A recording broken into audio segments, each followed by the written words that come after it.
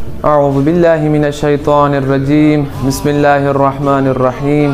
رسول خدا صلی اللہ علیہ وآلہ وسلم بی بی فاطمہ الزہرا سلام اللہ علیہا کی شان میں فرماتے ہیں ما رضیت حتی راضیت فاطمہ، یعنی میں کبھی بھی کسی سے راضی نہیں ہوا مگر یہ کہ فاطمہ الزہرا سلام اللہ علیہا اس سے راضی ہو جائے۔ یہاں پہ اس حدیث کا مطلب یہ ہوا کہ جس سے فاطمہ الزہرا سلام اللہ علیہا راضی ہوں اس سے رسول خدا بھی راضی ہیں، اور جس سے رسول خدا راضی ہوں اس سے اللہ بھی راضی ہیں۔ ایک اور بھی حدیث آپ کی خدمت میں پیش کرنا چاہتا ہوں۔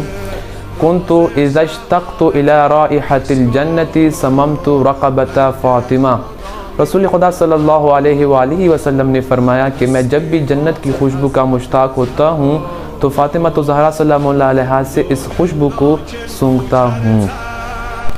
اعوذ باللہ من الشیطان الرجیم بسم اللہ الرحمن الرحیم۔ اللہ تعالیٰ قرآن مجید میں ارشاد فرماتا ہے انما یرید اللہ لیذہب عنکم الرجس اہل البیت ویطہرکم تطہیرا، اور اللہ کا ارادہ ہے ہر طرح کی ناپاکی کو اہل بیت علیہم السلام سے دور رکھے گا اور آپ کو ایسا پاکیزہ رکھے گا جیسے پاکیزہ رکھنے کا حق ہے۔ آپ صلی اللہ علیہ وآلہ وسلم نے فرمایا روز قیامت کے دن ایک منادی ندا دے گا کہ اے اہل قیامت اپنی آنکھوں کو بند کر لو، کیونکہ یہاں سے ابی فاطمہ الزہرا سلام اللہ علیہا کا گزر ہونے والا ہے۔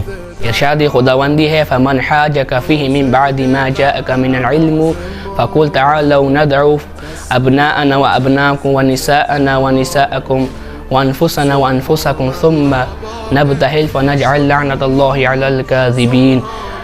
آپ کے پاس علم آ جانے کے بعد یہ لوگ حضرت عیسیٰ علیہ السلام کے بارے میں جھگڑا کرنے آئے تو کہہ دیے ہم اپنے بیٹوں کو بلاتے ہیں اور تم اپنے بیٹوں کو بلاؤ، ہم اپنے بیٹیوں کو بلاتے ہیں اور تم اپنی بیٹیوں کو بلاؤ، ہم اپنے نفسوں کو بلاتے ہیں اور تم اپنے نفسوں کو بلاؤ۔ پھر دونوں فریق اللہ سے دعا کرے کہ جو ٹوٹا ہوا اس پر اللہ کی لعنت ہو۔ روی لبها نور و قدر و کوثر و طه